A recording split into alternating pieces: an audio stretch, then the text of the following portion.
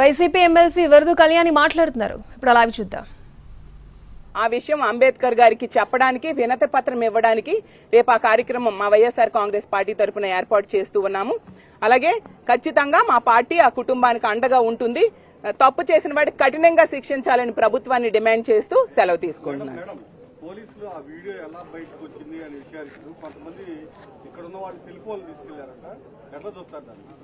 చాలా దారుణం అండి. నేను అదే చెప్తున్నాను. మహిళా కమిషన్ చైర్పర్సన్ కూడా తప్పు చేసిన వాళ్ళని శిక్షించడం మీద, ఎంక్వైరీ చేయడం మీద, అలాగే దాని గురించి ఆదేశాలు ఆవిడ ఇస్తారు అనుకుంటే వీడియో ఎలా వచ్చింది, ఎవరు బయటకు పెట్టారు అంటూ, అంటే ఆ సాక్ష్యం ఎలా బయటకు వచ్చింది అన్న విషయమే ఆవిడలో ఆతృతే కనిపిస్తుంది తప్ప బాధిత మహిళకి న్యాయం చేయాలని గాని, బాధించిన వాడికి శిక్షించాలని గాని ఈ ప్రభుత్వానికి లేదు, మహిళా కమిషన్ కి లేదు, అలాగే పోలీసులకి లేదు.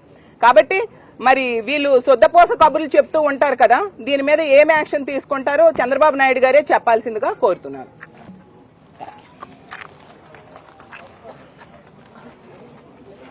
ముందుగా అందరికీ నమస్తే, అస్సలాము అలైకుం, వందనాలు. మల్లెల మూర్తిని ఈ ప్రభుత్వం ఇంకా కాపాడాలని చూస్తుంది. ఎందుకనంటే దాదాపుగా ఈ ఇన్సిడెంట్ జరిగి 4 రోజులు కంప్లీట్ అయినా కూడా ఇప్పుడు దాకా కూడా తన్ని రిమాండ్కి పంపించారు తప్ప దాని మీద ఆయనకి శిక్ష ఇవ్వలేదు. శిక్ష ఇంకా ఆయన మీద ఖరారు చేయలేదు, కోర్టులో ఇంకా సబ్మిట్ చేయలేదు. మరి న్యాయం ఎక్కడ జరిగినట్టుగా ఒక్కసారి అడుగుతున్నాను.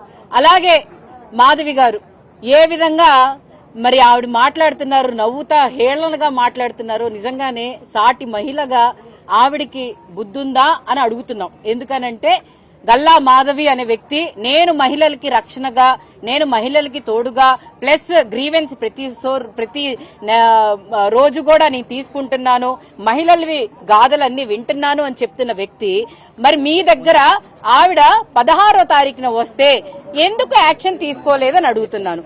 ఎందుకు 16వ తారీఖున మీరు యాక్షన్ తీసుకోకుండా ఎందుకు ఆయన్ని తూతూ మంత్రంగా 17వ తారీఖున సస్పెండ్ చేశారని చెప్పి లెటర్ ఇచ్చేశారు.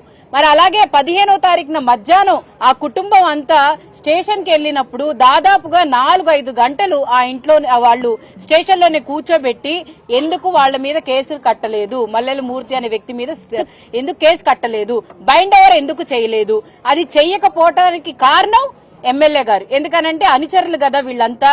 మల్లెల మూర్తి టీడీపీకి సంబంధించిన నాయకుడు. ఒకవేళ టీడీపీ వాళ్ళ మీద యాక్షన్ తీసుకుంటే మా మీద యాక్షన్ తీసుకుంటారేమో అని చెప్పి మరి పోలీసులు భయపడ్డారు. ఎందుకంటే పోలీసులు చుట్టాలుగా మారారు కదా. ఎందుకంటే చుట్టాలు ఏమైనా మాట్లాడుకుంటే చేసుకుంటే మళ్ళీ రేపటి రోజు మొహాలు చూసుకోవాలి కదా అనే ఉద్దేశంతో పోలీసులు కూడా యాక్షన్ తీసుకోలేదు. ఆ యాక్షన్ తీసుకోలేదు కాబట్టే ఈ రోజు మరి ఈ పరిస్థితి మేము చూడాల్సి వచ్చింది, మాట్లాడాల్సి వస్తుంది. నిజంగానే సిగ్గుగా తల దించుకోవాల్సి వస్తుంది. నిజంగానే ఈ రాష్ట్రంలో మహిళలకి ఎక్కడా కూడా ఏ విధమైన రక్షణ లేదు. ఎక్కడైనా అర్ధరాత్రి మహిళ నడుస్తే గాని మన దేశానికి స్వాతంత్రం వచ్చినట్టు ఉండదని చెప్పి ఏ విధంగా చెప్పారో ఈ రోజు నడి రోడ్డు మీద చీర మరి తీసేసినా కూడా ఈ రోజు రక్షణ లేదు. ఎందుకు లేదు అనంటే కారణం ఈ టీడీపీ, ఈ ప్రభుత్వం. ఏదో మా ఎలక్షన్ ముందు మాత్రం మేం మహిళలకు రక్షణగా ఉంటాము, మహిళల కోసం ఖచ్చితంగా నిలబడతామని చెప్పిన చంద్రబాబు నాయుడు గారు ఏమయ్యారు? అలాగే పవన్ కళ్యాణ్ గారు కూడా ఎన్నో మాటలు చెప్పారు కదా, తాట తీస్తాను, మహిళలకు ఏమైనా జరిగితే ఏమైనా 30,000 మంది ఆడవాళ్లు ఉన్నారు వాళ్ళందరినీ తిరిగి తీస్తానని చెప్పారే, మరి ఏమయ్యారు అని చెప్పి పవన్ కళ్యాణ్ గారిని అలాగే చంద్రబాబు నాయుడు గారిని అడుగుతున్నాం. అలాగే యువగళం అని చెప్పి, రెడ్ బుక్ రాజ్యాంగం అని చెప్పి రెడ్ బుక్ పుస్తకాన్ని పెట్టుకొని మీరిచ్చిన శిక్షణ ఇదేనా మీ కార్యకర్తలను అడుగుతున్నా. ఏ కుటుంబంలో అయినా కూడా తల్లిదండ్రులు ఏ విధంగా చెప్తారో అదే విధంగా పిల్లలు నడుస్తారు. అదే విధంగా పార్టీలో కూడా మీరుండి క్రమశిక్షణ తరగతులు పెట్టి మీరు క్రమశిక్షణ తరగతులు ఈ విధంగానే నేర్పిస్తున్నారా? మహిళల్ని ఇబ్బంది పెట్టాలి, మహిళల్ని ఇలాగా చెయ్యాలి అని చెప్పి మీరందరు నేర్పిస్తున్నారా? ఎందుకనంటే మీ ఎమ్మెల్యేలే స్వయాన మీ ఎమ్మెల్యేలు మీరు ఎవరిని వాళ్ళని ప్రజల ద్వారా ఎన్నుకున్నామని చెప్తున్నారు కదా. ఈవీఎంలతో గెలిచారు చూడండి ఎమ్మెల్యేలు.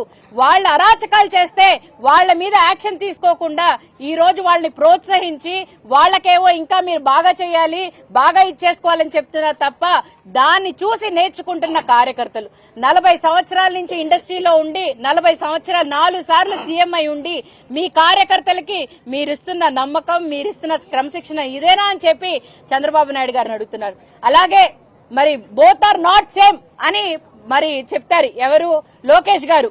నిజంగానే సేమ్ కాదు, ఎందుకంటే జగన్మోహన్ రెడ్డి గారు హయాంలో ఆడవాళ్లకి ప్రాధాన్యత ఇచ్చిన వ్యక్తి జగన్మోహన్ రెడ్డి గారు. ప్రతి ఒక్క విషయంలో కూడా ఎక్కడ ఏ ఫోన్ కాల్ వచ్చినా కూడా ఎఫ్ఐఆర్ లేకుండా ముందు వాళ్ళని స్టేషన్ లో వేయండి అని చెప్పి ముందు యాక్షన్ తీసుకోమని చెప్పిన వ్యక్తి జగన్మోహన్ రెడ్డి గారు. కానీ మీ దగ్గర ఎమ్మెల్యే గారి దగ్గర నుంచి ఫోన్ రావాలి, ఎమ్మెల్యే గారు చెప్తేనే కేసు కడతాం, ఎమ్మెల్యే గారు ఏ విధంగా రాయమంటే ఆ విధంగా రాస్తాం అని చెప్పి ఈ రోజు ఈ పరిపాలన ఉంది. అలాగే స్వయాన ఇక్కడ ఎమ్మెల్యే మరి మహిళనే.